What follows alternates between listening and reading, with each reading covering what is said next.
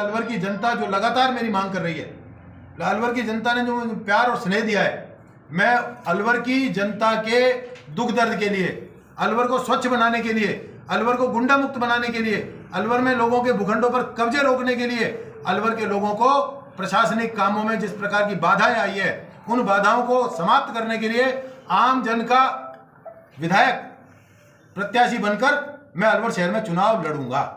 ये घोषणा करने के लिए मैंने आपको आज सबको कष्ट दिया है। कैसे लड़ेंगे चुनाव? चुनाव तो अब जब दल ने ठुकरा दिया तो निर्दलीय लड़ेंगे। मुझे सारे जितने भी दल हैं कांग्रेस को छोड़कर सबने आमंत्रण दिया है कि आप ऐसा करिए, हमारी पार्टी से चुनाव लड़िए, लेकिन मैं विचारधारा का व्यक्ति हूं, भारतीय जनता पार्टी का और संघ का, और साथ में विश्व हिंदू परिषद और संघ हिंदुत्व का काम करने वाला हूं।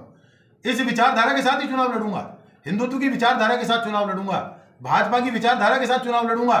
दल ने मुझे ठुकराया, मैंने दल को नहीं ठुकराया। मेरी दल में आस्था आज भी है, कल भी रहेगी। इस शहर के लोगों ने जो मुझे प्यार दिया है, सराख ऊपर बिठाया है, उनको साथ लेकर पुनः फिर इतिहास रचने का काम करेंगे। एक बार इतिहास जनता ने भारतीय जनता पार्टी के टिकट पर रचा था, अब की बार हो सकता है बिना टिकट के इतिहास रचने का काम करने का काम। कांग्रेस अगर वैश्य समाज की किसी प्रतिनिधि को टिकट देती है तो फिर क्या निर्णय होगा? अब मुझे लगता है मैं अब संभावनाओं की इंतजार नहीं करता, दोनों पार्टियों ने। और मैं तो कहता हूं भारतीय जनता पार्टी ने राजस्थान भर में जिस जाति में मैं पैदा हुआ हूं, मैं तो सभी समाज को साथ लेकर चलता हूं, लेकिन जिस प्रकार से पूरे राजस्थान की 154 और 24 178 सीट में से मात्र एक अग्रवाल को टिकट दिया। मैं जाति की बात नहीं करता, मैं विश्व हिंदू परिषद का और संघ का आदमी हूं, लेकिन व्यक्ति जिस समाज में पैदा होता है उसकी बात उसको करनी पड़ती है। टिकटों का वितरण जाति और समाज के आधार पर होता है।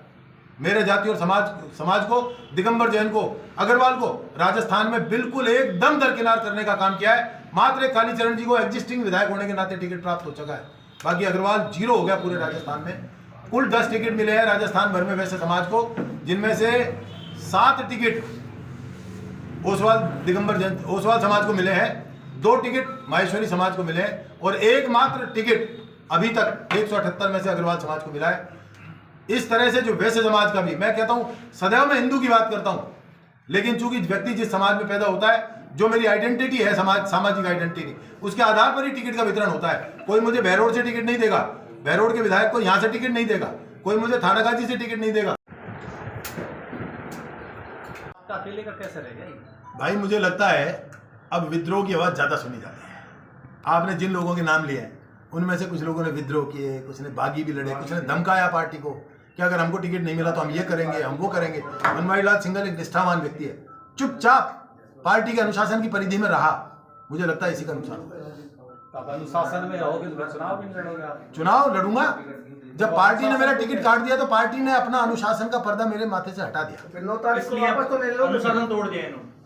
पार्टी ने जब मेरे को दुत्कार दिया, पार्टी ने जब मुझे अपनी परिधि से बाहर निकाल दिया, तो मैं ही तो अनुशासित हूँ।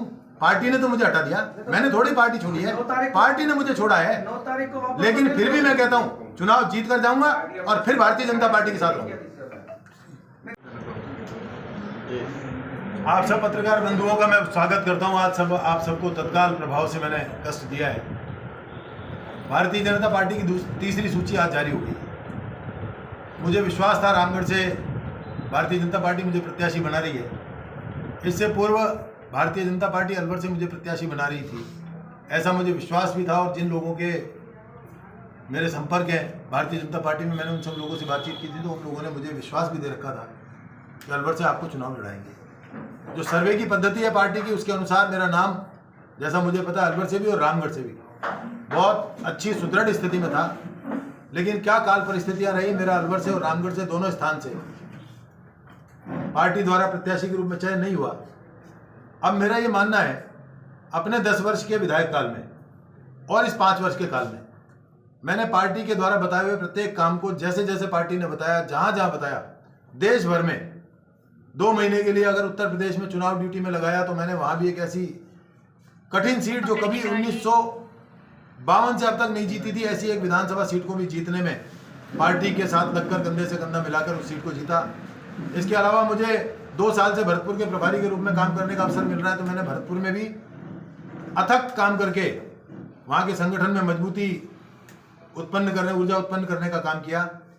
इसी प्रकार जहाँ जहाँ मुझे जब लगाने का काम हुआ, मैंने वहाँ अपने पूरी ताकत के साथ स्वयं के खर्चे पर, स्वयं के वाहन से एक एक काम को करने का काम किया।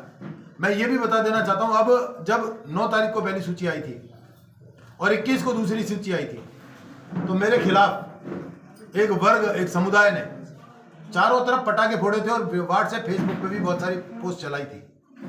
यानी जो मेरा हिंदुत्व का काम रहा है पिछले मेरे जीवन काल से ही, 10 वर्ष विधायक रहते हुए, 5 वर्ष नहीं रहते हुए और उससे पूर्व विश्व हिंदू परिषद में, उस काम से जो लोग परेशान हैं, चिढ़ते हैं, उन लोगों ने प्रसन्नता जाहिर की थी। मैं आज भी ये कहना चाहता हूँ, आप सब लोगों को इसलिए बुलाया है, 10 वर्ष रहे हो विधायक के या 5 वर्ष उसके पश्चात के, उससे पूर्व के, मैंने हिंदुत्व के लिए सदैव मुखर होकर काम किया है, आगे भी करता रहूंगा। उसमें कहीं कोई कमी है टिकट कटने से नहीं आएगी। भारतीय जनता पार्टी ने जो भी काम मुझे जब दिया है, मैंने उसको पूरा किया, आगे भी करता रहूंगा। मैंने ये तय किया है, चूंकि अपने 2 कार्यकाल में मैंने अलवर शहर के सभापति के रूप में पुरुषार्थी समाज के 3 व्यक्तियों को चेयरमैन बनाया, दोनों समय में ब्राह्मण समाज के व्यक्तियों को वाइस चेयरमैन बनाया। सब लोगों को उनकी जातीय समीकरण के अनुसार मैंने टिकट पार्षद के देकर उन लोगों को सबको साथ रखने का काम किया। शहर की अगर एक वर्ग विशेष को मैं कह दूं तो उसको छोड़कर समस्त जाति समाज को मैं बराबर से साथ लेकर, चाहे वो ट्रांसफर का काम हो, विकास का काम हो, या किसी व्यक्ति के निजी काम हो, किसी को खून की जरूरत हो, किसी को इलाज की जरूरत हो, या जो भी काम पड़ा है, मैंने उसमें सदैव कंधे से कंधा लगाकर हर व्यक्ति के साथ रहने का काम किया है। अब मेरा ये मानना है, जब मेरा पहली सूची में नाम नहीं आया था तो मुझे शहर के लोगों ने बड़ी संख्या में ये कहा था, भाई साहब ये अन्याय हुआ है, लेकिन मैं उसके बाद धैर्य धारण करके बैठा था और दूसरी सूची का इंतजार कर रहा था, क्योंकि मुझे विश्वास दिलाया गया था कि आपको रामगढ़ से चुनाव लड़ाया जाएगा। अब प्रत्याशी होगा, मैं आपको बता दे रहा हूं, मैं और लोगों की तरह बात नहीं करता। हो सकता है मेरे अलावा जो प्रत्याशी हो दूसरे, तीसरे, चौथे नंबर की रेस में रह जाए। मैंने काम किया है जनता का, मुझको विश्वास है जनता पर, और जनता फोन करके कह रही है, जनता आकर कह रही है, मैं जनता के बीच जाऊंगा और आपको दिखाऊंगा, अगले 10 दिन में चुनाव का रंग बदल दूंगा। नॉमिनेशन कब फाइल कर रहे हैं? टाइम नहीं कर दूंगा, 6 तारीख तक अपना नॉमिनेशन फाइल कर दूंगा। आप सब लोगों को बुलाऊंगा, आप सबकी उपस्थिति में नॉमिनेशन फाइल करूंगा। आपको क्या लगता है, आखिरी सवाल है, क्या लगता है कि किस नेता ने आपका टिकट कटवाया? कौन ताकतवर, कौन? मैं किसी नेता को दोष नहीं देता। एक व्यक्ति मेरे सब पक्ष में थे, फिर तो सारे नेता पक्ष में थे। कारण क्या रहा टिकट कटने का? एक कोई कारण तो होगा। इसका विश्लेषण कैसे कर सकता हूं मैं? आपके अभी नहीं कर सकते, इसका विश्लेषण भी आज हो जाएगा। पिछले वाले का विश्लेषण बता दो आप। आपकी बार पिछले वाले का बता दो, किसने कटवाया था? पिछला तो मेरे साथ धोखा हुआ, इसलिए हुआ था कि जिन लोगों ने मेरा टिकट कटवाया उन्होंने मुझे विश्वास में ले रखा था, और विश्वास में लेके अचानक मेरे साथ ये गड़बड़ हुई।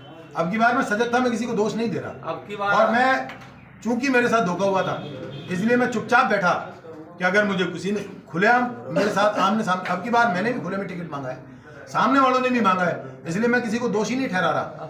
अब की बार आप साथी, पुराने साथी सारे दिग्गज टिकट ले गए, उधर डॉक्टर जसवंत ले गया, उधर हेम सिंह ले गया, इधर आपकी उम्मीद थी, उधर जय आहूजा